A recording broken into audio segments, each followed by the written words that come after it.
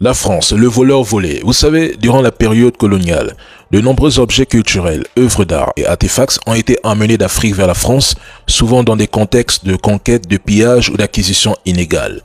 Ces objets se trouvent aujourd'hui dans des musées français comme le musée du Quai Branly où environ 70 000 objets d'Afrique subsaharienne sont conservés. Depuis le discours du président Macron en 2017, la France a entamé des démarches de restitution. Ok.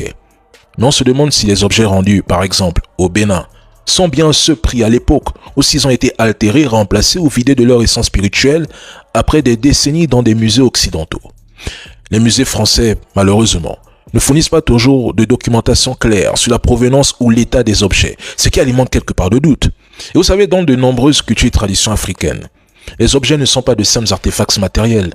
Ils sont des réceptacles d'énergie spirituelle liés à des ancêtres, des divinités ou des rituels. Un masque Dogon, une statue Yoruba ou un totem royal ne fonctionne pleinement que dans son contexte culturel et spirituel originel. En être séparé, parfois profané dans des musées ou des collections privées, peut rompre ce lien.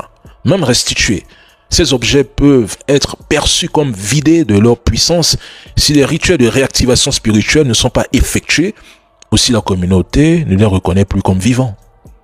Le pillage ne s'est pas arrêté à l'indépendance des pays africains.